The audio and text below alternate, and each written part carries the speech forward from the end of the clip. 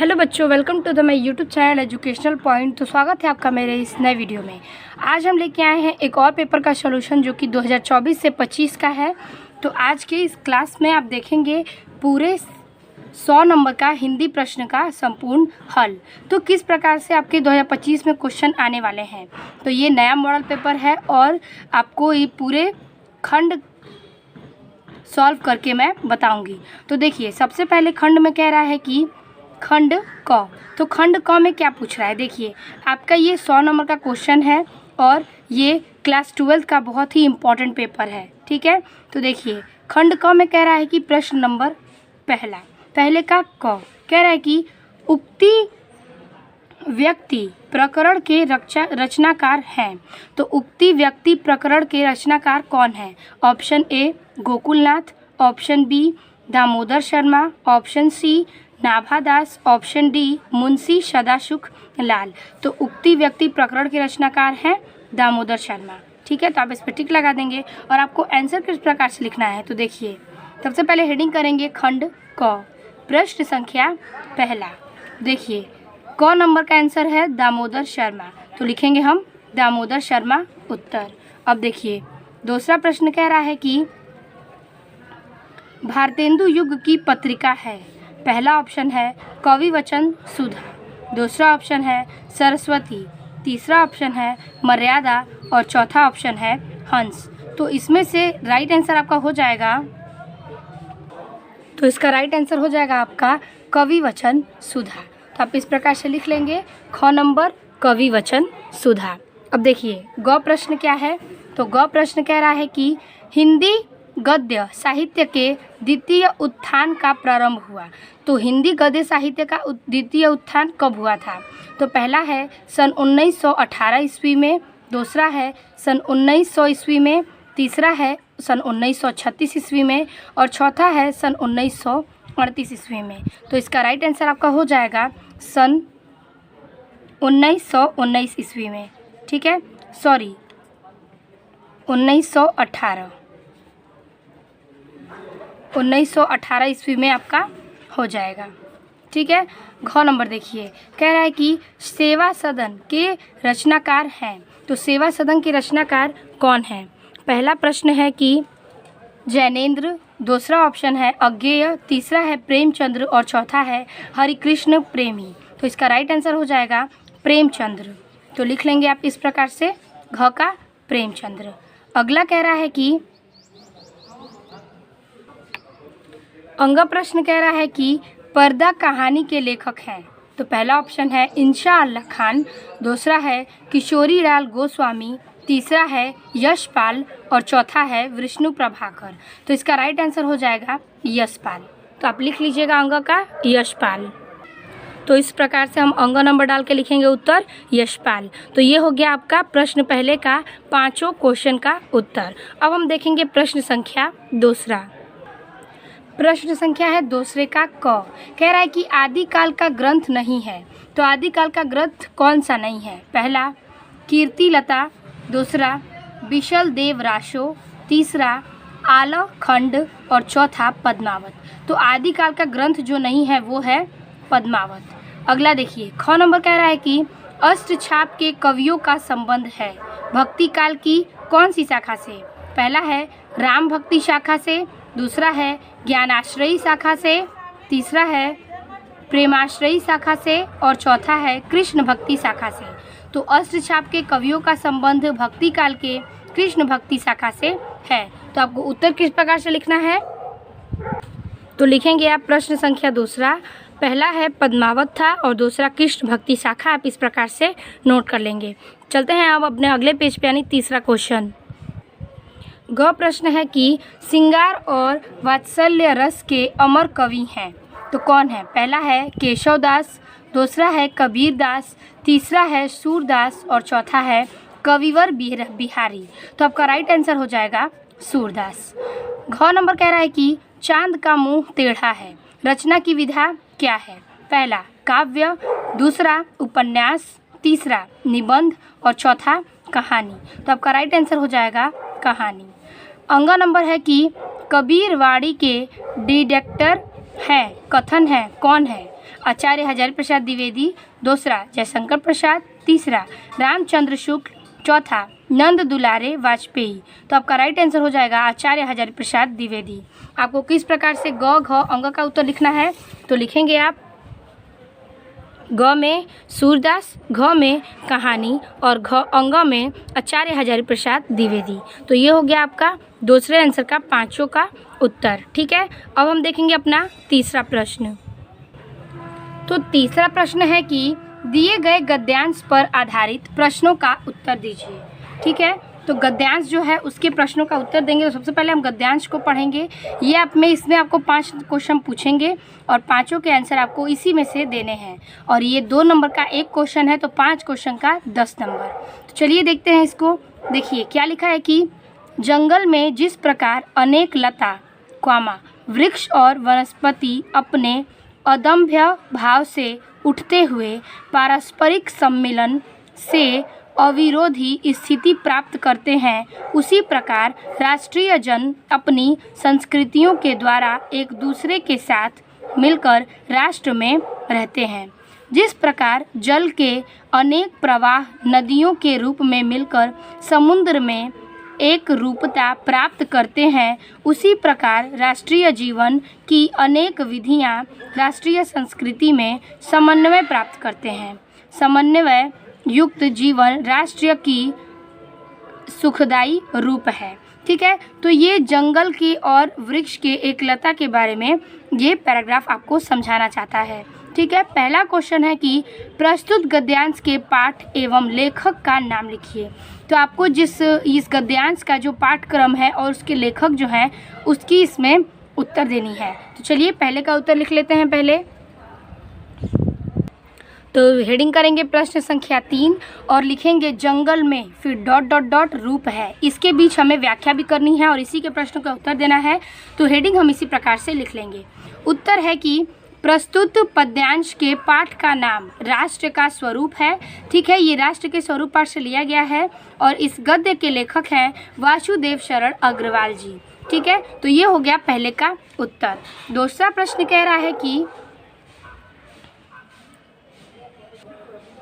दूसरा प्रश्न है कि रेखांकित अंश की व्याख्या कीजिए। तो रेखांकित अंश सिर्फ इतना ही है, तो हमें इतने की ही व्याख्या करनी है। तो हम व्याख्या में क्या लिखेंगे, देखिए कह रहा है कि समन्वय युक्त जीवन राष्ट्र का सुखदायी रूप है। तो इसमें हम कवि कहता है कि राष्ट्र का जो जीवन है वो राष्ट्रीय संस्कृति में समन्वय प्राप्त करती है। ठीक है, राष्ट्र का जीवन राष्ट्रीय जीवन में समन्वय प्राप्त करती है और ये राष्ट्र के लिए सुखदायी रूप है। तो इसका उत्तर आप किस प्रकार से लिखेंगे, चलिए देखते हैं। हेडिंग करेंगे रेखांकित अंश की व्याख्या और इसमें लिखेंगे कि लेखक कहता है कि राष्ट्रीय जीवन राष्ट्रीय संस्कृति में समन्वय प्राप्त करती है। यह समन्वय राष्ट्र के लिए सुखदायी होगा। ठीक है, ये इसी लाइन का अर्थ था। अब हम देखेंगे अपना तीसरा प्रश्न। तीसरा प्रश्न कह रहा है कि प्रस्तुत अनुच्छेद के अनुसार जंगल में क्या क्या मिलता है। तो इसका उत्तर हम लिखेंगे कि प्रस्तुत अनुच्छेद के अनुसार जंगल में अनेक लता, वनस्पति और वृक्ष मिलते हैं। जैसा कि आप इसमें देख सकते हैं लिखा है अनेक लता, वृक्ष और वनस्पति मिलता है। तो यही आपका उत्तर हो जाएगा। अब हमारा चौथा प्रश्न है कि जल प्रवाह नदी के रूप में किससे मिलता है। ठीक है, तो जल प्रवाह नदी के रूप में, तो हम इसमें लिखेंगे कि देखिए यहाँ पे लिखा है जल के अनेक प्रवाह नदियों के रूप में मिलकर समुद्र में मिलते हैं। तो इसका हम उत्तर स्पष्ट लिख देंगे कि जल प्रवाह नदी के रूप में समुद्र में मिलता है। ठीक है, जल प्रवाह नदी के रूप में समुद्र में मिलता है। पांचवा प्रश्न है कि राष्ट्रीय जीवन की अनेक विधियां राष्ट्रीय संस्कृति में क्या प्राप्त करती हैं। तो इसका हम उत्तर लिखेंगे कि राष्ट्रीय जीवन में, ठीक है, लिखेंगे कि राष्ट्रीय जीवन में अनेक विधियां राष्ट्रीय संस्कृति में समन्वय प्राप्त कर रही हैं। तो ये हो गया आपका तीसरे का पांचों प्रश्न का उत्तर। अब हम देखेंगे अपना चौथा प्रश्न। पहले हम अथवा के पैराग्राफ देख लेंगे, उसके बाद हम देखेंगे अपना चौथा प्रश्न। अथवा में जो पैराग्राफ है वो कह रहा है कि नए शब्द, नए मुहावरे एवं नई रीतियों के प्रयोगों से मुक्त भाषा की व्यवहारिकता प्रदान करना ही भाषा में आधुनिकता लाना है। दूसरे शब्दों में केवल आधुनिक युगीन विचारधाराओं के अनुरूप नए शब्दों के गढ़ने मात्र से ही भाषा का विकास नहीं होता है, वरन नए परिभाषिक शब्दों को एवं नूतन शैली प्रणालियों को व्यवहार में लाना ही भाषा की आधुनिकता प्रदान करती है। तो ये भाषा की आधुनिकता के पाठ से ही रिलेटेड है। पहले इसमें 5 प्रश्न हैं, पांचों प्रश्न मैं पढ़ दे रही हूँ, आप इसके आंसर खुद से खोज सकते हैं और इसे आप हल कर सकते हैं। पहला प्रश्न है कि प्रस्तुत गद्यांश के पाठ एवं लेखक का नाम लिखिए। दूसरा प्रश्न है कि रेखांकित अंश की व्याख्या कीजिए। आपको ये जो रेखांकित अंश है, ये 2 लाइन आपको इसी की व्याख्या करनी है। तीसरा कह रहा है कि किन किन के प्रयोग से भाषा आधुनिक बनती है। तो आप इसमें से पढ़ के लिख सकते हैं कि किन किन के प्रयोग से भाषा आधुनिक बनती है। चौथा है कि भाषा का विकास कब नहीं होता, तो इसमें भी आप इसमें से देख के उत्तर लिख सकते हैं। पांचवा प्रश्न कह रहा है कि नए शब्द गढ़ने मात्र का तात्पर्य क्या है। तो नए शब्द का गढ़ना का तात्पर्य आप स्पष्ट कर सकते हैं। तो ये था तीसरे का अथवा वाला प्रश्न। अब हम देखेंगे चौथा प्रश्न। तो चौथा प्रश्न है हमारा कि पद्यांश पर आधारित निम्नलिखित प्रश्नों के उत्तर लिखिए। तो ये है आपका पद्यांश। 5 क्वेश्चन हैं, जिसमें से आपके 2-2 नंबर के 1 क्वेश्चन है। 10 नंबर के आपके क्वेश्चन पूछे जाएंगे, ठीक है। तो पांचों क्वेश्चंस के आपके उत्तर देना अनिवार्य है, क्योंकि 10 नंबर की बात है। तो पद्यांश हम पहले पढ़ के इसे हम समझा देते हैं, उसके बाद हम इसके आंसर को तुरंत लिख सकते हैं। कह रहा है कि नील परिधान बीच सुकुमार, खुल रहा मृदुल अध खुला अंग, खिला हो ज्यो बिजली का फूल, मेघवन बीज गुलाबी रंग, ओह वह मुख पश्चिम के व्योम, बीज जब घिरते हों घनश्याम, अरुण रवि मंडल उसको भेद, दिखाई देता हो छवि राम। देखिए, नील परिधान बीच सुकुमार, इसमें पद्यांश में कवि कहते हैं कि एक सुंदर महिला का वर्णन किया गया है जो नीले फूल से लिपटी हुई है, ठीक है। खुल रहा मृदुल अध खुला अंग, उसका शरीर आंशिक रूप से खुला हुआ है, ठीक है। खिला हो जो बिजली का फूल, उसके बाद कह रहा है कि जो उसकी सुंदरता को बढ़ाता है। फिर महिला का जो मुख है वो बिजली के फूल की तरह खिला हुआ है। मेघवन बीज गुलाबी रंग, ठीक है। बिजली की तरह क्या है, बिजली के फूल की तरह खिला हुआ है, जो बादलों के बीच गुलाबी रंग में दिखाई दे रहा है। फिर ओह वह मुख पश्चिम के व्याम, वह मुख से पश्चिम के व्याम की ओर खड़ी है। बीच जब घिरते हों घनश्याम, बीच में जब घेर लेता है घनश्याम। अरुण रवि मंडल उसके भेद, जो अरुण के रवि मंडल है, यानी मंडलों में जो अरुण है और रवि है, उसके भेद को वह देखती है। दिखाई देता है छवि राम, जब उसके भेद को वो देखती है तो उस दोनों के भेद में दिखता है क्या, छवि का धाम, ठीक है। छवि धाम दिखता है। तो ये था इसका अर्थ, लेकिन हमें इस प्रश्न के उत्तर इसी में से देने हैं। तो कह रहा है कि पहला प्रश्न, प्रस्तुत पद्यांश के पाठ एवं कवि का नाम लिखिए। तो पहले प्रश्न के उत्तर में हम लिखेंगे पद्यांश के पाठ और कवि का नाम। तो चलिए इसका उत्तर देखते हैं। लिखेंगे प्रश्न संख्या 4, हेडिंग करेंगे नील परिधान ... हो छवि राम। तो पहला प्रश्न था हमारा पद्यांश का और उसके लेखक का। तो लिखेंगे प्रस्तुत पद्यांश हमारी पाठ्य पुस्तक हिंदी के श्रद्धा मन्नू, ये जो पाठ जो हमारा पैराग्राफ है श्रद्धा मन्नू पाठ से लिया गया है, जिसके कवि रचयिता है जयशंकर प्रसाद जी, ठीक है। तो ये हो गया हमारा पहले का उत्तर। दूसरा प्रश्न कह रहा है कि रेखांकित अंश की व्याख्या कीजिए। तो रेखांकित अंश की व्याख्या किस प्रकार करेंगे, तो देखिए रेखांकित अंश की व्याख्या। रेखांकित क्या है, नील परिधान बीच सुकुमार, खुल रहा मृदुल अध खुला अंग, खिला हो ज्यों बिजली का फूल।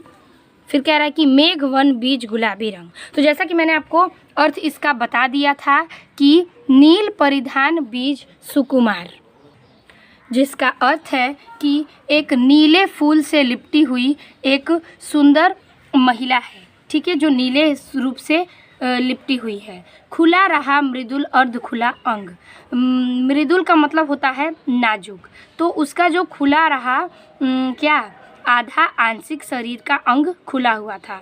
खुला खिला हो जो बिजली का फूल, मतलब वो इस तरह से उसकी सुंदरता थी जैसे कि खिला हो एक बिजली का फूल। उसका जो मुख था वो बिजली के फूल की तरह खिला हुआ था। मेघ वन बीच गुलाबी रंग, वो जो बादलों के बीच गुलाबी रंग में दिखाई दे रही थी। चलिए इसका अर्थ किस प्रकार से लिखेंगे, तो हेडिंग करेंगे रेखांकित अंश की व्याख्या। तो इस प्रकार से हेडिंग है रेखांकित अंश की व्याख्या, और लिखेंगे कि इस पद्यांश में कवि एक सुंदर महिला का वर्णन कर रहा है जो नीले रंग में लिपटी हुई है। उसका शरीर आंशिक रूप से खुला हुआ है जो उसकी सुंदरता को बढ़ाता है। कवि कहता है कि महिला का मुख बिजली के फूल की तरह खिला हुआ है जो बादलों के बीच गुलाबी रंग में दिखाई दे रहा है। वो इतनी सुंदर थी कि वो नीले रंग से लिपटी हुई थी, उसका आंशिक शरीर खुला हुआ था और उसकी सुंदरता क्या है, कवि कहता है कि बिजली के फूल की भांति उसका मुख खिला था और बादलों के बीच वो गुलाबी रंग सी दिखाई दे रही थी। अगला इसमें प्रश्न है कि तीसरा प्रश्न कह रहा है कि मेघ वन बीज गुलाबी रंग में कौन सा अलंकार है। तो मेघ वन और बीज में गुलाबी रंग, तो इन दोनों में क्या है, तुलना हुई है। मेघ वन के बीच में गुलाबी रंग, तो तुलना करने वाला कौन सा अलंकार है, तो हम लिखेंगे उत्तर में तीसरा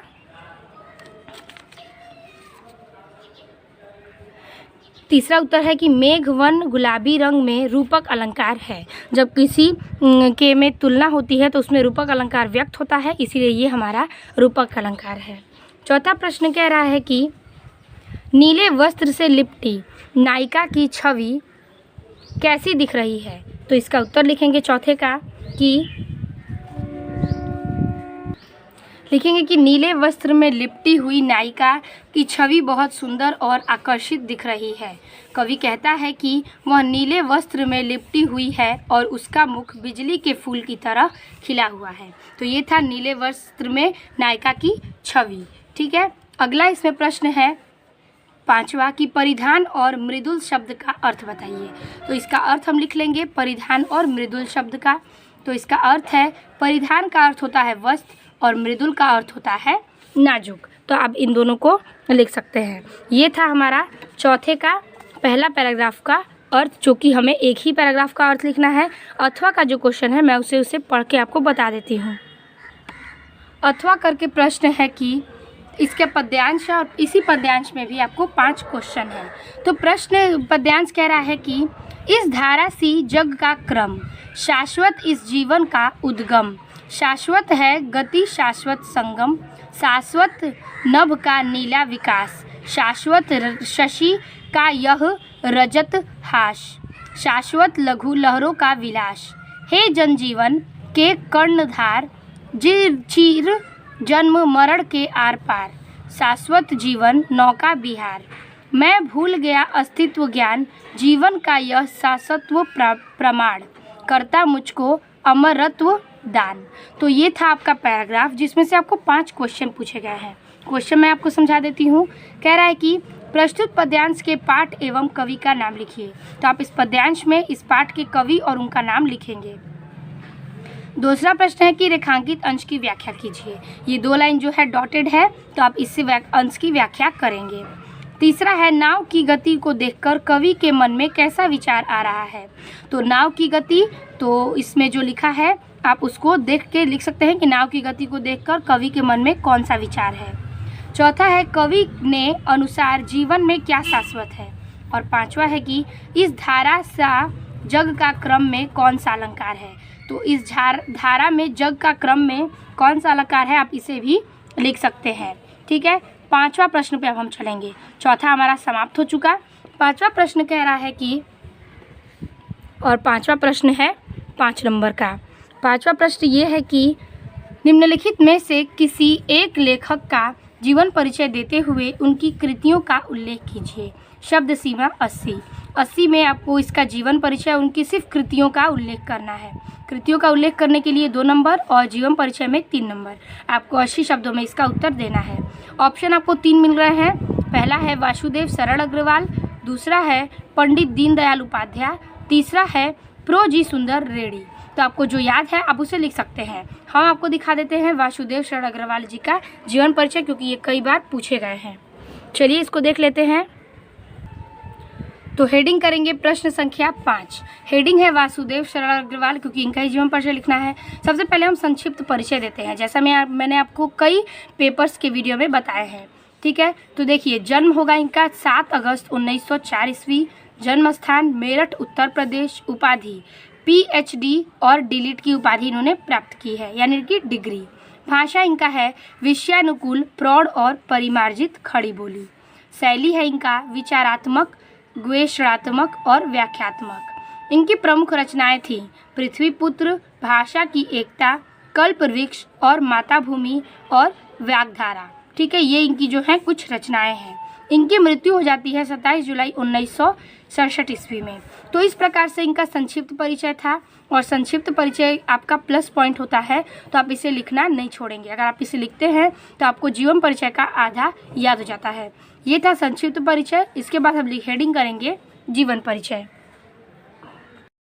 तो इस प्रकार से हम हेडिंग करेंगे जीवन परिचय और इसमें लिखेंगे इनके जीवन के बारे में। जैसे कि हम लिखते हैं, वासुदेव सरल अग्रवाल का जन्म 7 अगस्त 1904 ईस्वी में मेरठ जनपद के खेड़ा ग्राम में हुआ था। ठीक है, यहाँ पर ये पता चल रहा है कि इनका सन 7 अगस्त 1904 ईस्वी में मेरठ के जनपद खेड़ा ग्राम में हुआ था। इनके माता पिता लखनऊ में रहते थे, अतः इनका बचपन लखनऊ में बीता। सन 1929 ईस्वी में लखनऊ विश्वविद्यालय में इन्होंने MA किया। ठीक है, इनका जन्म 1904 में हुआ था। ठीक है, ये अपने माता पिता के साथ रहते थे और वहीं पर अपनी पढ़ाई लखनऊ में पूरी करते थे और वहीं पर रहा करते थे। और सन 1929 ईस्वी में इन्होंने विश्वविद्यालय से MA किया। तदंतर मथुरा के पुरातत्व संग्रहालय के अध्यक्ष पद पर रहे। जैसे इन्होंने MA किया तब उनके बाद यह मथुरा के पुरातत्व संग्रहालय में अध्यक्ष पद पर कार्य किए थे। सन 1941 ईस्वी में इन्होंने PhD तथा 1946 ईस्वी में इन्होंने डीलिट की उपाधि प्राप्त की। जैसा कि मैंने आपको ऊपर ही बताया कि इन्होंने PhD और डीलिट दोनों की पढ़ाई की हुई है। ठीक है, तो वही कह रहा है कि सन 1941 ईस्वी में इन्होंने PhD तथा 1946 ईस्वी में इन्होंने डीलिट की उपाधि प्राप्त की। इन्होंने पाणिनिकालीन भारत विश्व पर शोध किया। ठीक है, इन्होंने जो पाणिनिकालीन भारत था उसके विश्व पर शोध भी किया। सन 1946 ईस्वी में से 1951 ईस्वी तक सेंट्रल एशियन एक्टिविटीज़ म्यूजियम के सुप्रिंटेंडेंट और भारतीय पुरातत्व विभाग में कार्य किए। ठीक है, तो आप यहाँ पे यह ध्यान दीजिएगा कि सन 1946 से लेकर 1951 तक, ठीक है, 51 तक सेंट्रल एशियन एंटिक्विटीज़ म्यूजियम के सुपरिटेंडेंट और भारतीय पुरातत्व विभाग पर क्या किए, ये विभाग के अध्यक्ष पद का कार्य बड़ी प्रतिष्ठा और सफलतापूर्वक किया।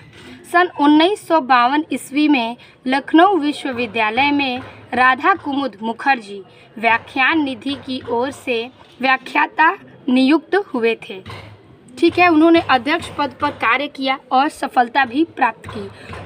और उसके बाद सन 1952 ईस्वी में लखनऊ विश्वविद्यालय में वो राधा कुमुद मुखर्जी व्याख्यान निधि से व्याख्या नियुक्त हुए थे। ठीक है, अग्रवाल जी ने पाली, संस्कृत, अंग्रेजी आदि भाषाओं तथा प्राचीन भारत संस्कृति और पुरातत्व का गहन अध्ययन किया था। ठीक है, यहाँ पर इन्होंने सारे विषयों का ही गहन अध्ययन किया है। सन 1967 ईस्वी में हिंदी के इस साहित्यकार का निधन हो गया। ठीक है, सन 1967 ईस्वी में इनका निधन हो जाता है। तो ये थी वासुदेव शरण अग्रवाल की पूरी जीवनी, जैसे जैसे वो अपने जीवन में क्या क्या किए, कितनी रचना की, आपको इस जीवनी में लिख देना है 80 शब्दों तक। फिर कह रहा था हमारे 2 नंबर के क्वेश्चन में कि इनकी कृतियों का उल्लेख कीजिए। तो कृतियाँ सिर्फ हम उल्लेख करेंगे तो लिखेंगे इनकी कृतियाँ थीं कल्पवृक्ष, पृथ्वी पात्र, भारत की एकता और माता भूमि इनकी प्रमुख कृतियाँ हैं। फिर लाइन चेंज करके हम लिखेंगे कि इन्होंने वैदिक साहित्य, दर्शन, पुराण और महाभारत पर अनेक गवेषणात्मक लेख लिखे हैं। ठीक है, तो ये हो गया उनकी पूरी कृतियाँ और इनका जीवनी। अब हम देखेंगे इसके आगे अगला क्वेश्चन। अगला क्वेश्चन है कि 5वें का ख प्रश्न कह रहा है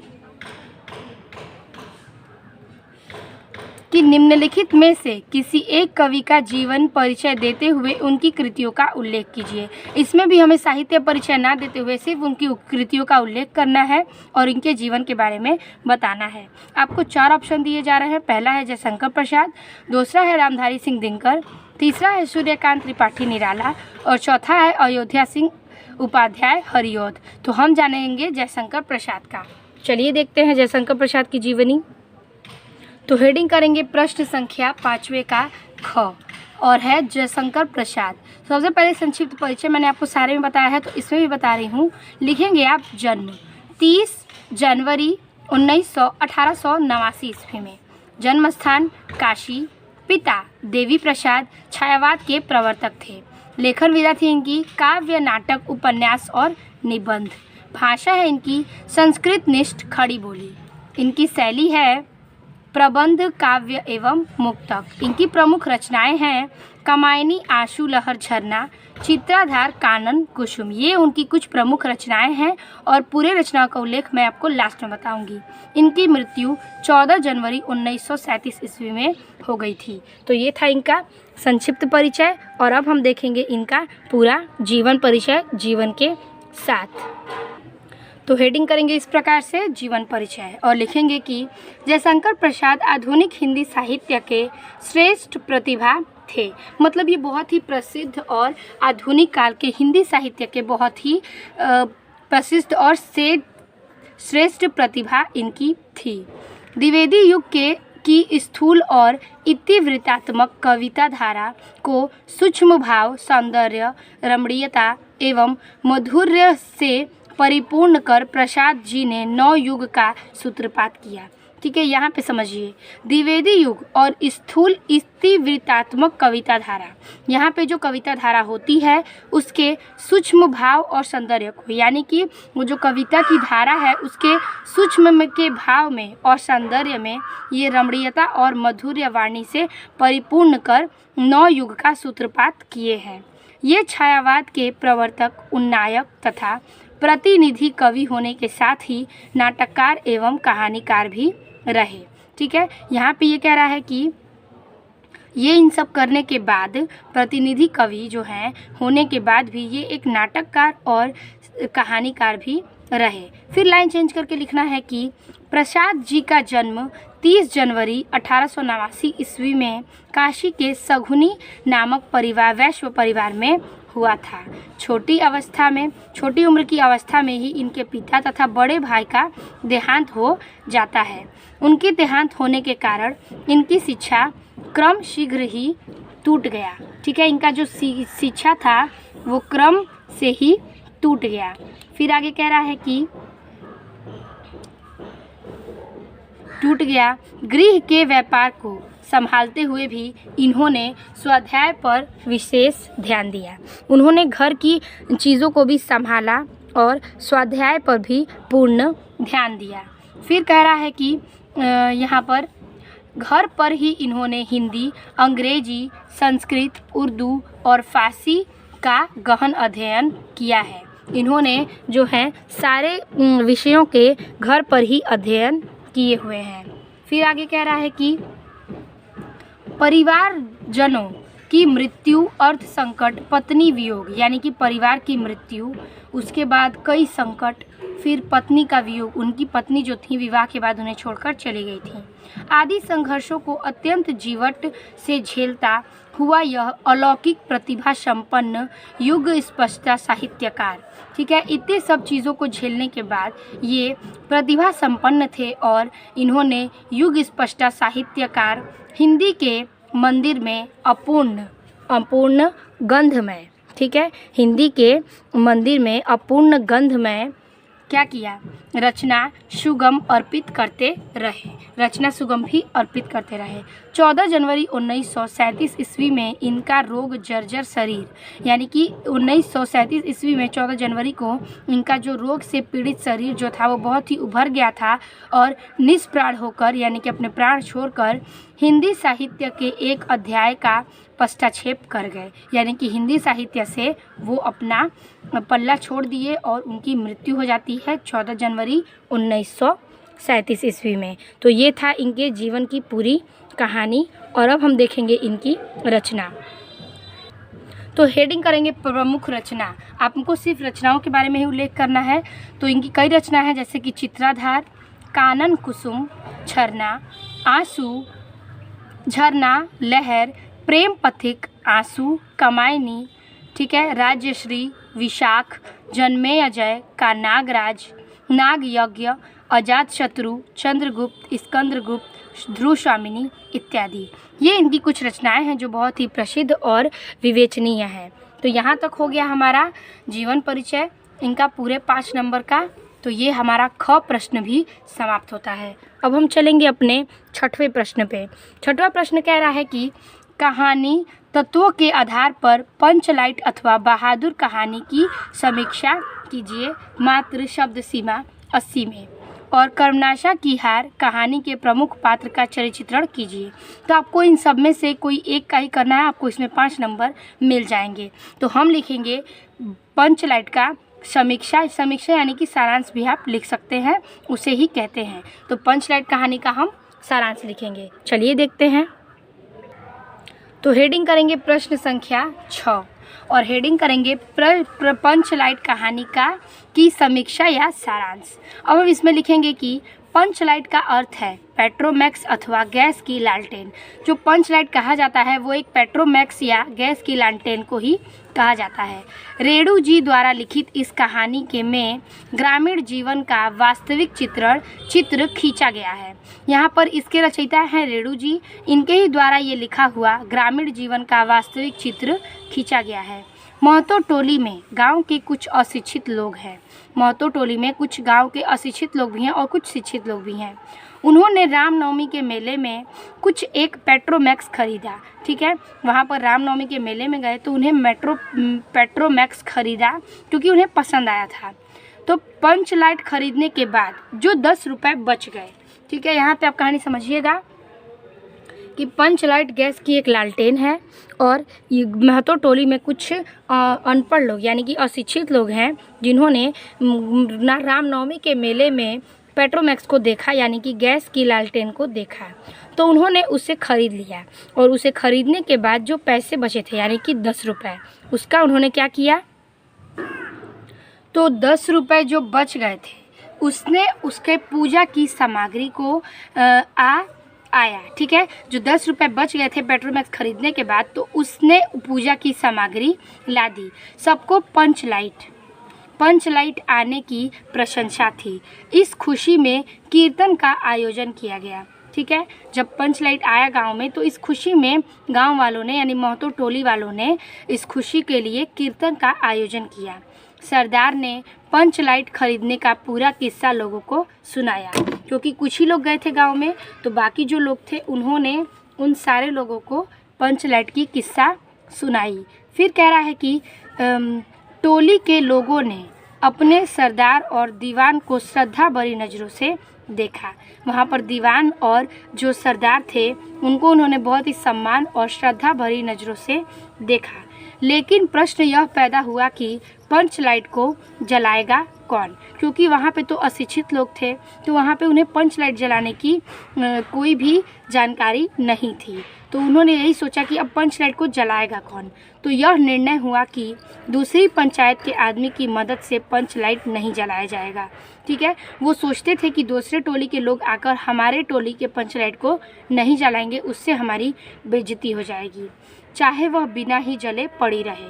भले वो न जले लेकिन हमारे टोली के लोगों में से ही कोई जलाएगा, नहीं तो कोई नहीं जलाएगा।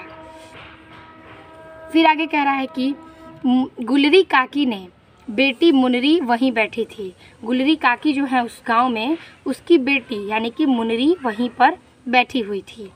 मुनरी को पता था कि गोधन को पंच लाइट जलाना जानता है। जो गोधन है वो जानती थी कि वो पंच लाइट जलाना जानता है। ये बात सिर्फ मुनरी जानती थी। ठीक है। फिर कह रहा है कि मुनरी ने अपनी सहेली कनेली को ये बात बताई। मुनरी जो है वो अपनी सहेली कनेली को यह बात बताती है। तो जो कनेली है वो क्या करती है, तो कह रही है कि कनेली को यह बात बताई। तो कनेली ने यह बात सरदार को बताई। कनेली जो है वो जाकर यह बात सरदार को बता देती है। सरपंच तक ये पहुंची बात और गोधन को बुलाया गया। ठीक है, ये बात सरपंच तक पहुंची और वहाँ से गोधन को बुलाया गया। गोधन ने गांव वालों से स्प्रिट मांगा, क्योंकि गोधन वहाँ आ गया तो उन्होंने गांव वालों से स्प्रिट मांगा। तो यहाँ पर लोग जो हैं, तो गोधन ने कहा कि स्प्रिट लेकर आइए। तो फिर उसे क्या कहा, गांव वाले उसे देखते रह गए और कहा कि ये क्या होता है। तो यह गांव वाले उसे नहीं समझ पाते, तो उन्होंने कहा कि ये स्प्रिट क्या होता है। फिर उसे गड़ी के तेल से पंच लाइट को जलाया। तो गांव को ये भी नहीं पता था कि स्प्रिट क्या होता है, तो उन्होंने गोधन जो है वो गड़ी के तेल से पंच लाइट को जलाया। पंच लाइट जलाने लगा, सारे गांव वाले प्रसन्न हो गए। जब पंच लाइट जलने लगा तो सारे गांव वाले प्रसन्न हो गए और खुशी से झूमने लगे। गोधन को गांव में रहने की अनुमति मिल गई। ये काम करने के बाद गोधन को गांव में रहने की अनुमति मिल जाती है। मुनरी बहुत खुश थी क्योंकि वो गोधन से प्रेम करती थी। मुनरी को ही ये बात पता थी, तो मुनरी बहुत खुश थी क्योंकि गोधन से वो प्रेम करती थी। फिर कह रहा है आगे कि क्योंकि वो गोधन ने सबका दिल जीत लिया। सरदार और सारे लोगों ने गोधन जो है वो सबका दिल जीत लेता है। तो सरदार ने कहा, तुम्हारा 7 खून माफ़, जाओ गाओ और सलीमा का गाना। ठीक है, तो यहाँ पर उन्होंने इतनी चालाकी से पंच लाइट को जलाया। तो इस प्रकार से गोधन को जो दंड मिले थे गांव से, सरपंच लोग जो निकाल दिया था उसे गांव से बाहर, उसे बुलाया गया सम्मान के साथ। और फिर उन्होंने जब पंच लाइट जलाया तो उसे कहा गया कि तुम्हारा 7 खून माफ़ है और तुम जाओ और खूब गाओ सलीमा का गाना। तो ये था पंच लाइट का पूरा सारांश, जो कि कई बार कहानी मैंने आपको बताया था। तो आई होप आपको ये समझ में आ गया होगा। अब हम देखेंगे अपना 7वां प्रश्न। तो 7वां प्रश्न कह रहा है कि स्वपठित खंड काव्य के आधार पर निम्नलिखित प्रश्नों के में से किसी एक प्रश्न का संक्षिप्त उत्तर दीजिए। शब्द सीमा अधिकतम 80 में। ये भी आपके 5 नंबर के हैं, तो कई इलाकों के हिसाब से इसे बांटा गया है इस प्रश्न को। तो सारे प्रश्न मैं पढ़ देती हूँ और हमारे इलाके में जो आता है मैं उसे बता दूंगी। तो पहला है कि रश्मि रथी खंड काव्य के आधार पर प्रधान पात्र के चरित्र पर प्रकाश डालिए, अथवा रश्मि रथी खंड काव्य के किसी एक सर्ग की कथा वस्तु का संक्षेप में लिखिए। ये था क प्रश्न, जो आप इन दोनों में से किसी एक को लिख सकते हैं। ख प्रश्न कह रहा है कि श्रवण कुमार खंड काव्य के तृतीय सर्ग की कथानक का सारांश लिखिए, अथवा श्रवण कुमार खंड काव्य के आधार पर प्रधान पात्र का चरित्र चित्रण लिखिए। ये था ख नंबर। अब देखिए ग नंबर कह रहा है कि मुक्ति योग्य खंड काव्य के नायक की चारित्रिक विशेषताएं का उल्लेख कीजिए। ठीक है, अथवा मुक्ति यज्ञ खंड काव्य की किसी घटना का संक्षेप में उल्लेख कीजिए। ये हो गया आपका ग प्रश्न। घ कह रहा है कि त्यागपथी खंड काव्य की प्रमुख नारी पात्र के चारित्रिक गुणों पर प्रकाश डालिए, अथवा त्यागपथी खंड काव्य के आधार पर प्रधान पात्र का चरित्र चित्रण लिखिए। इसमें आपको नारी का जो चरित्र चित्रण है वो लिखना पड़ेगा, जो नायिका है इस कहानी में, और इसमें आपको प्रधान यानी कि उस कहानी का जो प्रधान है उसका चरित्र चित्रण लिखना है। अंग नंबर कह रहा है कि सत्य की जीत खंड काव्य की कथा वस्तु पर संक्षेप में लिखिए, अथवा सत्य की जीत खंड काव्य के आधार पर द्रौपदी का चरित्र चित्रण कीजिए। अब 4 नंबर यानी कि हमारा आखिरी प्रश्न है इसमें कि आलोकित कह रहा है कि आलोकवृत्त खंड काव्य के आधार पर असहयोग आंदोलन की घटना का वर्णन कीजिए, अथवा आलोकवृत्त खंड काव्य के आधार पर महात्मा गांधी की शारीरिक विशेषताओं पर प्रकाश डालिए। तो इसमें से आपके जिस इलाके में जो आता है आप उसे लिख सकते हैं। हम लिखेंगे त्यागपथी खंड काव्य की प्रमुख नारी पात्र के चरित्र गुणों का प्रकाश। तो इसमें जो नारी हैं यानी कि राज्यश्री, तो त्यागपथी में राज्यश्री इनकी नायिका हैं और ये नारी का प्रमुख पात्र इन्होंने वर्णन किया है, तो हम इसे ही लिखेंगे। चलिए देखते हैं इसका प्रमुख पात्र का चरित्र चित्रण।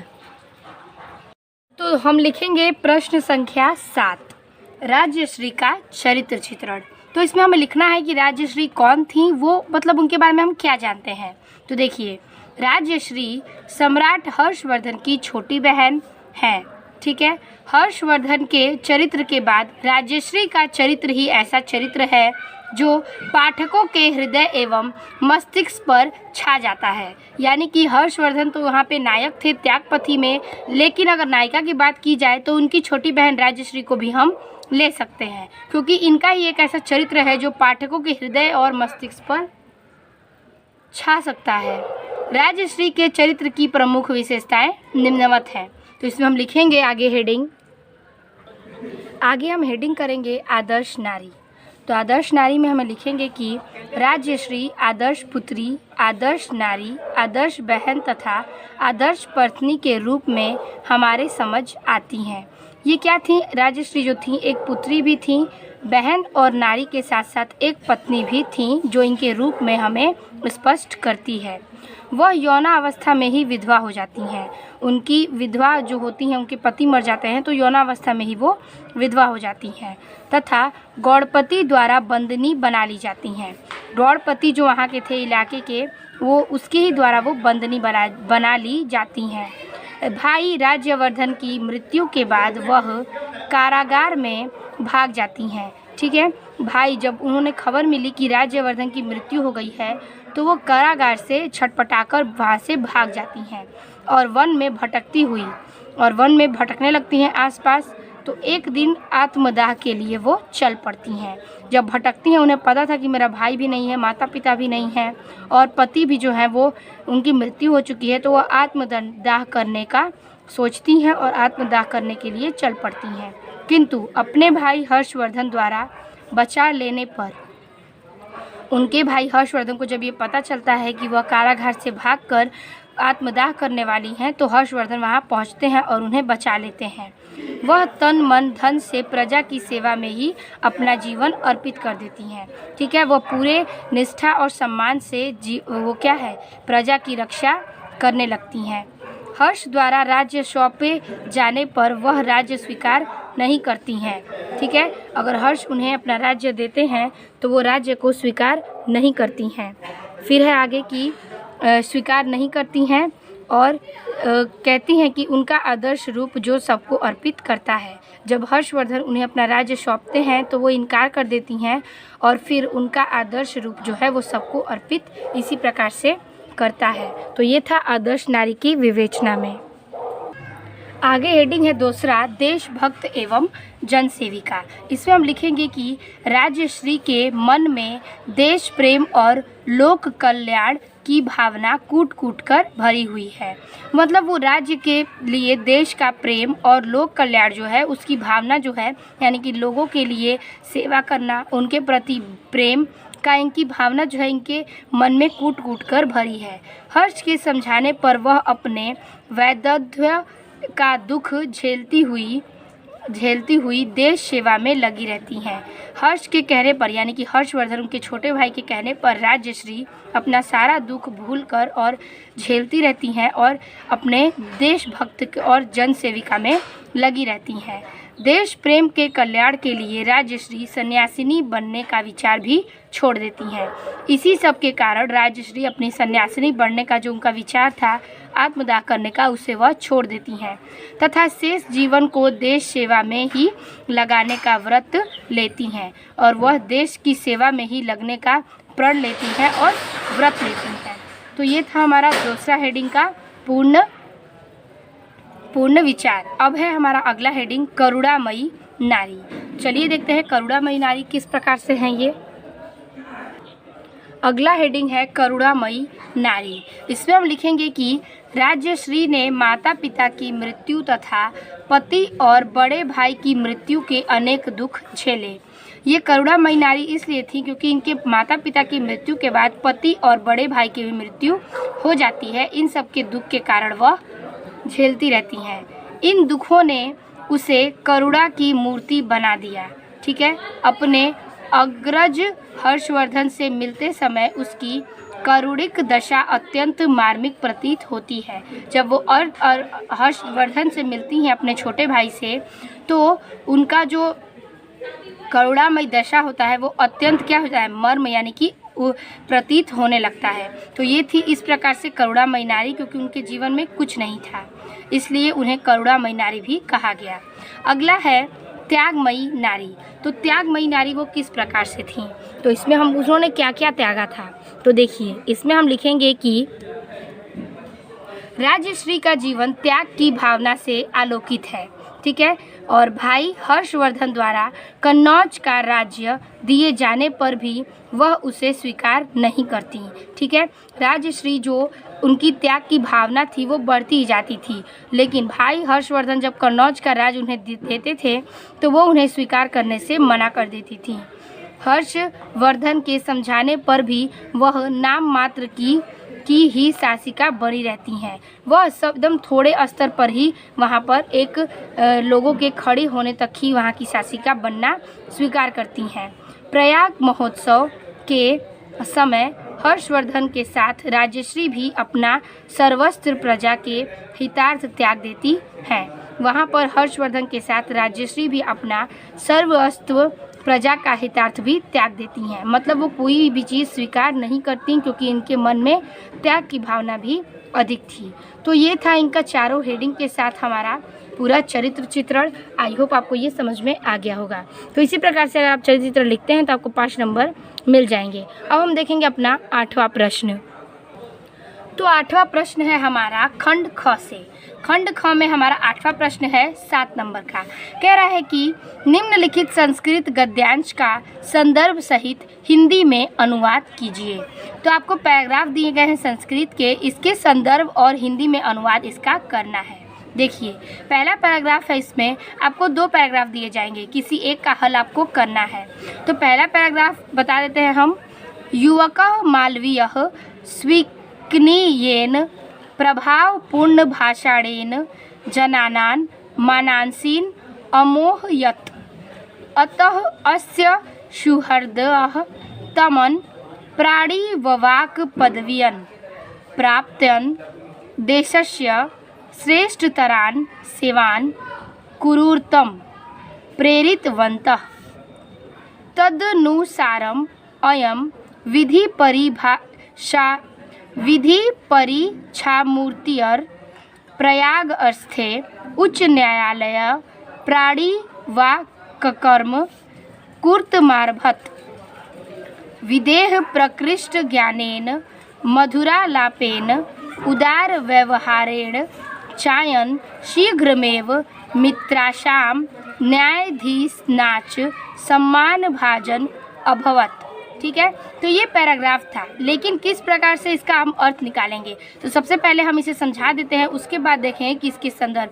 देखिए सबसे पहले तो ये महामना मालवीय पाठ से लिया गया है, तो आप इसके संदर्भ खुद से भी लिख सकते हैं, लेकिन सबसे पहले हम इसे समझा देते हैं, उसके बाद देखेंगे कि इसका हिंदी अनुवाद क्या लिखना है। कह रहा है कि युवकः मालवीय स्वकीनेन। ठीक है, कह रहा है कि युवक मालवीय ने अपने, ठीक है, प्रभावपूर्ण भाषण के द्वारा, ठीक है, जननान मानसी अमोहयत। कह रहा है कि लोगों के द्वारा मन को मोह लिया। युवक मालवीय ने क्या किया, अपने प्रभावपूर्ण भाषण के कारण जनता के लोगों में मन का मोह लिया था। अतः अस्य स्मृतम प्राणिवकाद पदवी प्राप्तयन् देशस्य, कह रहा है कि अतः अस्य श्रुहिग, कह रहा है कि इसलिए उनके दोस्त, तम, इसके, उनको, क्या, प्राणी ववाक्त पदवी, वकील की पदवी प्राप्तम, यानी कि वकील की पदवी प्राप्त, देशस्य, देश की, श्रेष्ठराय सेवा कुर्ती प्रेरितवंत, देश की उच्च, क्या कह रहा है कि देश की उच्च सेवा करने के लिए प्रेरित किए, क्योंकि वो वकील की तरह भाषण देते थे, इसलिए उन्होंने देश की जो है श्रेष्ठ तौर पर वहाँ पर क्या किया, पदवी पर भाषण दिया। फिर आगे है कि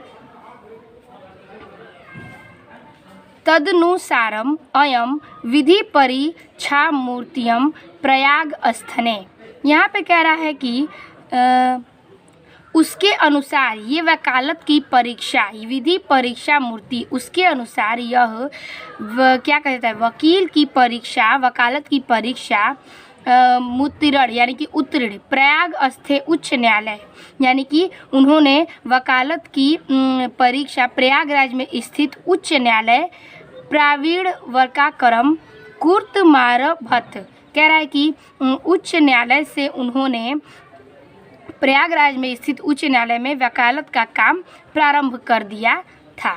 ठीक है। विदेह प्रकृष्ट ज्ञानेन, यहाँ पे कह रहा है कि कानून का अधिक ज्ञान, मधुरालापेन, मधुरवाणी, उदार व्यवहारेण, और उदार व्यवहार, चाय शीघ्रमेव, से वे जल्द ही मित्राशय, मित्रों और न्यायाधीश नाच, न्यायाधीश के सम्मान का, सम्मान भाजन भवत, सम्मान का पात्र बन गए। तो ये इस प्रकार से एक एक वर्ड का मैंने आपको अर्थ बता दिया। आई होप आपको ये सारा समझ में आ गया होगा। अगर कुछ आपको छूट भी गया है तो मैं आपका इसका हिंदी में अनुवाद लिखी हूँ, वो मैं आपको दिखा देती हूँ, आप इस प्रकार से अपना क्लियर कर सकते हैं। सबसे पहले हम संदर्भ लिखेंगे जो कि हमारे 2 नंबर के हैं। लिखेंगे खंड ख, प्रश्न संख्या 8। हेडिंग हम देंगे यहाँ से युवक मालवीय, यहाँ से और फिर डॉटेड डॉट यहाँ तक सम्मान भाजनम भवत। तो यहाँ तक हम लिखेंगे युवक मालवीय डॉट डॉट डॉट सम्मान भाजन मभवत। फिर हम संदर्भ हेडिंग करेंगे। संदर्भ मैंने आपको बताया महामना मालवीय से है, तो लिखेंगे प्रस्तुत गद्यांश हमारी पाठ्य पुस्तक हिंदी संस्कृत दिग्दर्शिका के महामना मालवीय पाठ से उद्गृत है। ठीक है, तो यहाँ पर ये हमारा संदर्भ हो जाएगा। अब हम लिखेंगे इस पैराग्राफ का हिंदी में अनुवाद। तो चलिए देखते हैं हिंदी में अनुवाद में क्या लिखना है। जैसा कि मैंने आपको बताया जिस प्रकार से अर्थ, सेम वही आपको अर्थ लिख देना है। हिंदी में अनुवाद हेडिंग करिएगा और लिखिएगा युवक मालवीय ने अपने प्रभावपूर्ण भाषण के द्वारा लोगों के मन को मोह लिया, इसलिए उनके दोस्त इनको वकील की पदवी, दोस्त जो हैं वो उनको वकील की पदवी प्राप्त करके देश की उच्चतर सेवा करने के लिए प्रेरित किए। उसके अनुसार ये वकालत की परीक्षा उत्तीर्ण करके प्रयागराज में स्थित उच्च न्यायालय में वकालत का काम प्रारंभ कर दिया। कानून का अधिक ज्ञान, मधुर वाणी और उदार व्यवहार से ये जल्द ही मित्रों और न्यायाधीशों के सम्मान का पात्र बन गए। तो ये हो गया इस प्रकार से आपका हिंदी में अनुवाद। चलिए देखते हैं हम इसका अथवा वाला पैराग्राफ। अथवा का क्वेश्चन कह रहा है कि अतीत प्रथम कल्पे चतुष्प्रदा सिंह राजाम कुर्वम। मैं आपको पैराग्राफ पढ़ते पढ़ते ही इसका अर्थ बता देती हूँ, आप इसे नोट कर सकते हैं। अतीत प्रथम कल्पे चतुष्प्रदाह सिंह राजनाम कुर्वम, कह रहा है कि प्राचीन काल में प्रथम कल्प के चौपाए ने सिंह को राज्य बनाया। ठीक है, चतुष्प्रदा चौपादे यानी पशुओं के सिंह को राजा बनाया। मत्स्यसा आनंद मत्स्यम शुकुनयम सुवर्ण हंसनम, यहाँ पे कह रहा है कि मछलियों के आनंद, मत्स्य यानी कि मछलियों के आनंद को एवं पक्षियों के स्वगुण को हंस ने बनाया। ठीक है, यहाँ पे कह रहा है कि मछलियों के आनंद ने आनंद को एवं पक्षियों के स्वरवर्ण हंस को बनाया। फिर कह रहा है कि तस्य पुनः स्वर्ण राजहंस्य दुहिता हंस पोतिका अतीव रूपवंती आसीत। यहाँ पे कह रहा है कि तस्य, कह रहा है कि यहाँ पे उस सुवर्ण राजहंस की पुत्री हंस पोतिका, उस स्वर्ण हंस राज की पुत्री हंस पोतिका जो कि है हंस कुमारी, वो अतीव रूपवंती आसीत, अत्यधिक सुंदरी थी। क्या थी? अत्यधिक सुंदरी थी।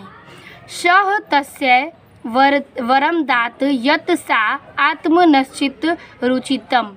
यहाँ पे कह रहा है कि उस सुवर्ण राजहंस की पुत्री क्या है? कह रहा है कि उसने उसे राजकुमारी को वर दिया। क्या दिया? वर दिया।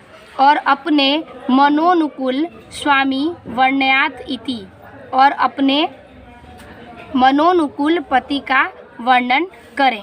उसने कहा कि हंस कुमारी से को वर दिया और वह अपने मनोनुकूल पति का वर्णन करे। उसने उससे कहा, हंस राजः तस्य वरम दत्वा हिमवती शकुन संति संत पतत।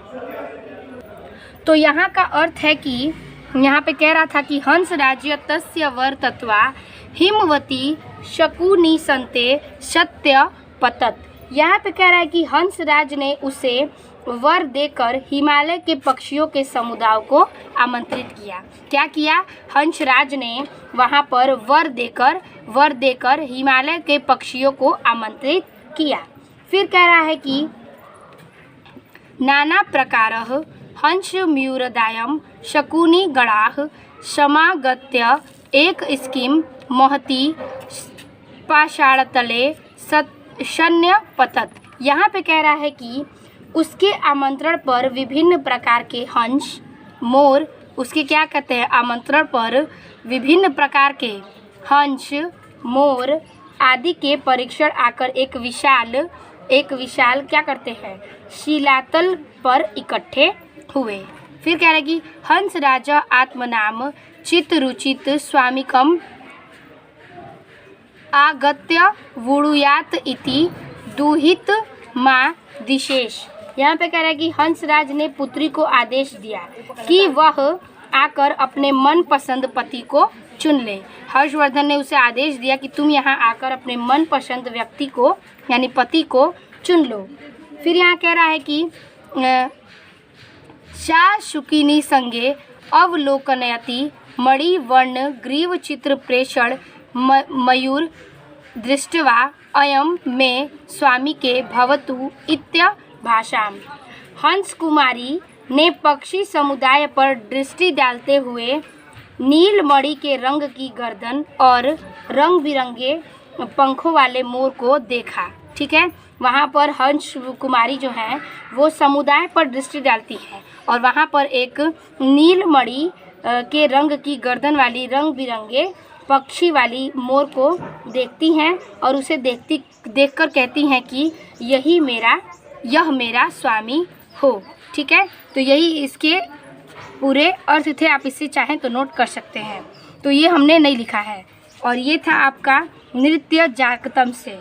ठीक है, तो अब हम देखेंगे अपना अगला यानी कि 8वें का ख। कह रहा है कि निम्नलिखित श्लोकों का हिंदी में संदर्भ सहित अनुवाद कीजिए। ठीक है, पहला पैराग्राफ है कि भाषासु मुख्या मधुरा दिव्या गीवणाम भारती। कह रहा है कि भाषाओं में मुख्य मधुर और दिव्य भाषा है। भाषाओं में मुख्य मधुर और दिव्य संस्कृत की भाषा है। तस्या ही मधुर काव्य तस्मादपि सुभाषितम। यहाँ पे कह रहा है कि मधुर उसका काव्य है और उससे ही अधिक मधुर उसकी सुंदर वचन है। ठीक है, मधुर उसका काव्य है और उससे भी अधिक मधुर उसकी वचन है। तो ये किससे लिया गया है? ये लिया गया है आपका पैराग्राफ सुभाषित रत्नानी से। चलिए इसका संदर्भ के साथ इसके अर्थ को हम लिख लेते हैं। हेडिंग करेंगे संदर्भ में लिखेंगे कि प्रस्तुत श्लोक हमारी पाठ्य पुस्तक हिंदी संस्कृत दिग्दर्शिका के सुभाषित रत्नानी से उद्धृत है। अब लिखेंगे हम इसका हेडिंग हिंदी में अनुवाद, और अनुवाद में लिखेंगे कि भाषाओं में मुख्य मधुर और दिव्य संस्कृत भाषा है। उससे मधुर उसका काव्य है और उससे भी अधिक मधुर उसके सुंदर वचन हैं। तो ये हो गया आपका इस पैराग्राफ का हिंदी में अनुवाद। अब हम देखेंगे आगे। अथवा वाला जो पैराग्राफ है वो कह रहा है कि ज्ञाने मौनम क्षमा शक्तो त्यागे शलाध विपर्ययः गुणा गुणानुबद्धित्वात् तस्य सप्रश्वा इयम्। ठीक है, तो ये पैराग्राफ का भी आप शब्द का अर्थ लिख सकते हैं। अगला हेडिंग है हमारा 9वां प्रश्न की निम्नलिखित में से किन्हीं 2 संस्कृत के उत्तर दीजिए। तो पहला कह रहा है कि संस्कृत साहित्यस्य प्रमुखाः कवयं के सन्ति। तो इसका हम अर्थ लिखेंगे कि इसका उत्तर लिखेंगे कि संस्कृत साहित्यस्य प्रमुखाः कवयं कालिदास, भास, भवभूति इत्यादि सन्ति। ये इसका उत्तर हो गया। अगला प्रश्न कह रहा है कि किमन धनम सर्व प्रधानम। तो इसका उत्तर लिखेंगे। उत्तर है ज्ञानम सर्व प्रधानम, ज्ञान सबसे अधिक प्रधान है। ठीक है, तो ये हो गया हमारे इसका 2 आंसर। अगला हम देखेंगे अपना 10वां प्रश्न। अगला क्वेश्चन है 10वें का क में कह रहा है कि श्रृंगार रस अथवा करुण रस की परिभाषा लिखकर उसका उदाहरण दीजिए। ठीक है, तो इन दोनों में से किसी एक रस का हमें परिभाषा सहित उदाहरण लिखना है। तो हम लिखेंगे करुण रस का। पिछले पेपर में मैंने आपको श्रृंगार रस का बता दिया है, तो आज हम लिखेंगे करुण रस की परिभाषा और उसके उदाहरण। हेडिंग करेंगे करुण रस और इसकी परिभाषा में लिखेंगे कि शोक नामक स्थायी भाव, विभाव, अनुभाव तथा संचारी भाव के संयोग से करुण रस की निष्पत्ति होती है। ये हो गया इसकी परिभाषा।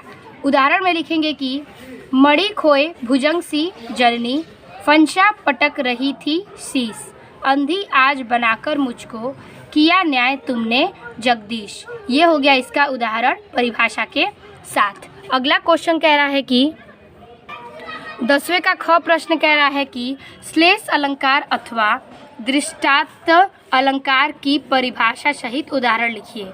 तो हम लिखेंगे श्लेष अलंकार की परिभाषा और उदाहरण। चलिए देखते हैं इसका उत्तर। लिखेंगे हम 10वें का ख। हेडिंग करेंगे श्लेष अलंकार। लिखेंगे इसमें परिभाषा की जहाँ एक शब्द का एक ही बार प्रयुक्त होने पर दो शब्द दे वहाँ श्लेष अलंकार होता है। जहाँ एक शब्द का एक ही बार प्रयुक्त करें लेकिन वह 2 शब्दों के अर्थ दे उसे हम श्लेष अलंकार कहते हैं। उदाहरण है मंगल को देखी पर देत बार बार है। ठीक है, ये आपका बहुत ही इजी उदाहरण आप लिख सकते हैं। अगला है हमारा 10वें का ग प्रश्न। ग प्रश्न कह रहा है कि चौपाई छंद अथवा दोहे छंद की परिभाषा सहित उदाहरण लिखिए। तो चौपाई और दोहा दोनों सिमिलर ही है, लेकिन यहाँ पर हम दोहे छंद के परिभाषा और उदाहरण को समझेंगे। हेडिंग करेंगे हम दोहा। इसकी परिभाषा है कि दोहा अर्ध सममात्रिक छंद है। इसमें 4 चरण होते हैं। पहले और तीसरे चरण में 13-13 मात्राएं तथा दूसरे और चौथे चरण में 11-11 मात्राएं होती हैं। ठीक है, आपको याद रखना है कि इसमें पहले और तीसरे चरण में 13-13 मात्राएं और दूसरे और चौथे चरण में 11-11 मात्राएं होती हैं। अब हम देखेंगे इसका उदाहरण। उदाहरण है कि रहीमन पानी रखिए। ठीक है, बिन पानी सब सून, पानी गए न उबरे, मोती मानुस चून। यहाँ पे देखिए जो रहीमन पानी रखी है, यहाँ पे आपका प्रथम और तृतीय चरण में 13 मात्रा होनी चाहिए और द्वितीय और चतुर्थ चरण में 11 मात्रा होना चाहिए। तो रहीमन यहाँ पे बड़ी की मात्रा है तो हम इसमें 2 लगाएंगे। यहाँ पे आपको मात्रा दर्शानी है, जैसे कि अगर छोटी की मात्रा और अकेला शब्द है तो वहाँ पर हम 1 लाइन खींचेंगे, और जब बड़ी की मात्रा और बड़ा उ की मात्रा और 2 शब्द आ की मात्रा रहेंगे तो वहाँ हम 2 यानी कि एस सेंटेंस का यूज़ करेंगे। यहाँ पे देखिए आप गिन सकते हैं 13 मात्रा है या नहीं। यहाँ पे 1 2 3 4 5 ये हो गया, 5 2 7 7 2 9 10 11 12 13 ये हो गया आपका 13 मात्रा। दूसरे लाइन में चाहिए हमें 11 मात्रा, तो 1 और 1 2 2 2 4 4 2 6 6 2 8, 8 2 10 1 11, यहाँ पे हो गया 11 मात्रा। यहाँ पे देखिए 2 2 4, 4 1 5, 6 7 8 9 10 11 12 13, यहाँ पे हो गया 13 मात्रा।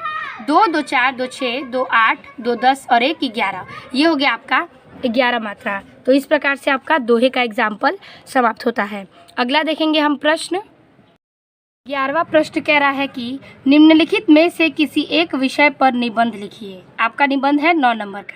पहला ऑप्शन है कि बेरोजगारी समस्या और समाधान, दूसरा है सर्वधर्म समभाव, तीसरा है किसी मेले का आंखों देखा वर्णन, और चौथा है गोस्वामी तुलसीदास। तो इन चारों में से किसी एक पे आप निबंध लिख सकते हैं। हम लिखेंगे बेरोजगारी की समस्या और समाधान पे।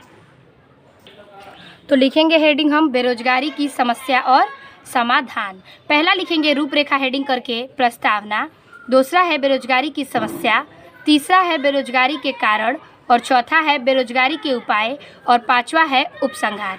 तो बारी बारी से हम सारे का क्या करेंगे, टिप्पणी देखेंगे और किस प्रकार से समस्याओं के बारे में हमें लिखना है। तो पहला हेडिंग है प्रस्तावना। प्रस्तावना में लिखना है कि बेरोजगारी जीवन की सबसे बड़ी समस्या बन चुकी है। युवकों को शिक्षित होते हुए भी काम न मिलना, कई संकटों का सामना करना होता है, जिससे बेरोजगारी की ज़रूरत है, उसके पास कोई रोज़गार नहीं है। यह समस्या हर व्यक्ति की है।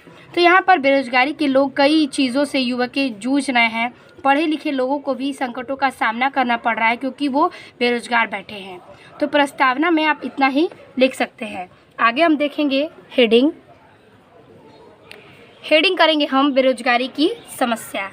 लिखेंगे कि बेरोजगारी की समस्या से अनेक लोग ग्रस्त हैं। गरीबों को खाने को कुछ नहीं मिल पा रहा है। सरकार द्वारा आग्रह करने पर भी यह समस्या बढ़ती जा रही है। सबसे पहले जनसंख्या में वृद्धि। हमारे देश में हर वर्ष लगातार 25% जनसंख्या की वृद्धि होती है। अगर जनसंख्या बढ़ेगी तो लोगों को रोजगार प्राप्त नहीं होगा। फिर नौजवान युवकों को नौकरी शिक्षित होते हुए भी नहीं मिल पा रही है। यह समस्या को दूर करने के लिए सरकार द्वारा निवेदन करना आवश्यक हो गया है। तो आपको मतलब कई लोग जो है पढ़े लिखे हैं, पेपर लीक कर दिए जा रहे हैं और लोग बेरोजगार बैठे जा रहे हैं क्योंकि लोग पढ़े लिखे हैं फिर भी उन्हें कोई नौकरी नहीं मिल पा रही है। फिर है आगे बेरोजगारी के कारण। बेरोजगारी के निम्न कारण इस प्रकार हैं। पहला प्रत्यक्ष बेरोजगारी, दूसरा मौसमी बेरोजगारी, और तीसरा है छिपी बेरोजगारी। चलिए जानते हैं प्रत्यक्ष बेरोजगारी को। प्रत्यक्ष बेरोजगारी में हम लिखेंगे कि यह बेरोजगारी ऐसी है जिसमें एक पहाड़ पर जितने व्यक्ति की आवश्यकता होती है उससे ज़्यादा लोग उस पहाड़ पर कार्य करते हैं। अतः प्रत्यक्ष बेरोजगारी की हमारे जीवन की एक समस्या बन चुकी है। यहाँ पर ऐसा है कि एक काम के लिए कई लोग भिड़ रहे हैं। अगर काम नहीं भी मिल रहा है तो उसी काम पर सब लोग पड़े हुए हैं। इसे कहते हैं हम प्रत्यक्ष बेरोजगारी। अगला है मौसमी बेरोजगारी। मौसमी बेरोजगारी कह रहा है कि इस बेरोजगारी में लोगों को प्रत्येक माह कई रोजगार नहीं मिल पाता है। ठीक है, और यह 12 मास रोजगार नहीं रहते। यह मौसम की अपेक्षा इनका बेरोजगारी चलती है। मौसमी बेरोजगारी का मतलब जैसे कृषि है, मौसम की अपेक्षा कोई चीज़ का काम अगर पड़ता है तो वो मौसम के साथ साथ ही चलता है। इसलिए जब मौसम उसका होता है तो वो काम पे हम बेरोजगारी करते हैं और यह 12 मास की अपेक्षा ही आता रहता है। इसे हम कहते हैं मौसमी बेरोजगारी। अगला है छिपी बेरोजगारी। छिपी बेरोजगारी में हम लिखेंगे कि छिपी बेरोजगारी एक ऐसी बेरोजगारी है जब शिक्षित लोगों को कार्य नहीं मिलता परंतु कम शिक्षित लोगों को पैसे देकर काम दिया जाता है, जैसे रिश्वत देने पर काम मिल जाता है। आजकल मुकाबले में बेरोजगार है जो युवकों के लिए एक समस्या बन चुका है। ये था हमारा छिपी बेरोजगारी जो कि कई समस्या आप सामने देख रहे हैं। अगला हम देखेंगे बेरोजगारी के उपाय। हेडिंग करेंगे बेरोजगारी के उपाय और इसमें लिखेंगे हम कि पहला है कि सबसे पहले हमें हमारे देश के लिए जनसंख्याओं की वृद्धि को रोकनी चाहिए। दूसरा है शिक्षित लोगों को काम मिलना चाहिए। तीसरा है गरीबों को कृषि के लिए धन और रोजगार मिलना चाहिए। चौथा कह रहा है कि छोटे बच्चों को पढ़ाई के लिए सरकारी स्कूल में सारी उपलब्धियां करवानी चाहिए। और पांचवा कह रहा है कि इन सबको अगर हम एक साथ मिलकर करें तो हम बेरोजगारी से बच सकते हैं। कई उपाय हैं हमारे पास, अगर हम एक संगठित होकर इन उपायों का सामना करें और एक साथ कर इन चीज़ों को लागू कर दें तो हम बेरोजगारी से मुक्त हो सकते हैं। अगला है लास्ट हेडिंग उपसंहार। उपसंहार में हम लिखेंगे कि बेरोजगारी कई लोगों की समस्या के साथ साथ युवकों की ज़िंदगी पर प्रभाव डालता है। बेरोजगारी से बच्चे, बूढ़े, नौजवान लोगों को भी रोजगार प्राप्त नहीं है। सरकार द्वारा इस कार्य को करना चाहिए। अगर सरकार से हम निर्णय करें तो इस कार्य की समस्या भी निकल सकती है और युवकों को इस समस्या से हम बाहर निकाल सकते हैं। इस प्रकार से हमारे बेरोजगारी की पूरी निबंध कंप्लीट होती है। आगे हम देखेंगे अपना 12वां प्रश्न। 12वां प्रश्न कह रहा है कि पहला, पावकः का संधि विच्छेद क्या होगा? तो पावकः का संधि विच्छेद क्या होगा? तो अ ऑप्शन है प धन अकः, ब ऑप्शन है पाव धन अकः, स ऑप्शन है पो धन अकः और द ऑप्शन है पा धन वकः। तो इसका राइट आंसर हो जाएगा प धन अकः, ये हो जाएगा आपका पावकः। दूसरा है कि प्रेजते का संधि विच्छेद होगा। अ ऑप्शन है प्र धन इजते, ब ऑप्शन है प्रे धन अजते, स ऑप्शन है प्र धन एजते और द ऑप्शन है प्र धन एजते। तो इसका राइट आंसर हो जाएगा प्र धन ईजते। तीसरा कह रहा है कि पुस्तकालय में संधि विच्छेद कीजिए। पहला है व्यंजन संधि, दूसरा है स्वर संधि, तीसरा है यड़ संधि और द है विसर्ग संधि। तो इसका राइट आंसर है स्वर्ग संधि। स्वर्ग संधि पुस्तकालय की संधि है। इसका आंसर आप किस प्रकार से लिखेंगे उसे भी देख लीजिए। लिखेंगे प्रश्न संख्या 12 का क। पहले का आंसर है प धन अकः, दूसरे का था प्र धन इजते, तीसरे का था स्वर संधि। तो इसी प्रकार से आप इस आंसर को लिख देंगे। अगला क्वेश्चन है 12वें का ख। ख नंबर कह रहा है कि निम्नलिखित में से किसी एक का विग्रह करके समास का नाम लिखिए। पहला है दशानन, ब है कृष्ण सर्प, स है प्रत्येक क्रम। तो इसका आप किसी एक का समास का विग्रह करेंगे। तो चलिए हम करते हैं दशानन का। दशानन का अर्थ है 10 है, जिसके मुख अर्थात रावण। तो इसका हो जाएगा बहुव्रीहि समास, ये इसका उत्तर है। अगला हम 13वें प्रश्न पे चलते हैं। 13वां प्रश्न कह रहा है कि बैंक में खाता खोलने के लिए प्रबंधक को आवेदन पत्र लिखिए। अथवा करके दूसरा कह रहा है कि शहर में फैली संक्रामक बीमारी की तरह जिला अधिकारी का ध्यान आकर्षित करने के लिए आवेदन पत्र अथवा प्रार्थना पत्र लिखिए। तो हम लिखेंगे बैंक में खाता खोलने के लिए आवेदन पत्र, क्योंकि ये 8 नंबर का है। तो हम हेडिंग करेंगे प्रश्न संख्या 13। लिखेंगे सेवा में शाखा प्रबंधक, सिंडिकेट बैंक। आप कोई भी बैंक यहाँ डाल सकते हैं। केप्टगौड़ा, शंकरल और बेंगलुरु, ये बेंगलुरु के लिए पत्र लिखा जा रहा है वहाँ के बैंक पर। विषय है बैंक में खाता खोलने हेतु आवेदन पत्र। यहाँ से आप लिखेंगे। ये लाइन आपको बहुत इंपॉर्टेंट है, ये लिखना आप मत भूलिएगा। आगे लिखेंगे यहाँ पे हम महोदय लिखेंगे। सविनय निवेदन है कि मैं, ठीक है, आप इसको ध्यान दीजिएगा। सविनय निवेदन है कि मैं यहाँ एक स्थानीय कॉलेज में पढ़ रहा हूँ। ठीक है, सविनय निवेदन है कि मैं यहाँ एक स्थानीय कॉलेज में पढ़ रहा हूँ। यहाँ किसी बैंक में मेरा खाता नहीं है, अतः मैं आपके बैंक में बचत खाता खुलवाना चाहता हूँ। ठीक है, अतः मैं यहाँ बैंक में बचत खुलवाना चाहता हूँ। और यहाँ पे नियमानुसार परिचय पत्र, घर का पता, पासपोर्ट साइज के फ़ोटो इस आवेदन पत्र के साथ रखे गए हैं। कृपया आपके बैंक में मेरा खाता खोलने का कष्ट करें।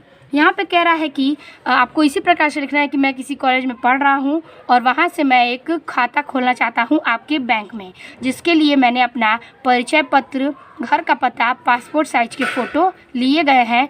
इसके हिसाब से आप अपने बैंक में कृपया कर मेरा खाता खोलने का कष्ट करें। आप इतना लिख देंगे तो आपका ये बहुत ही इंपॉर्टेंट टॉपिक क्लियर हो जाएगा।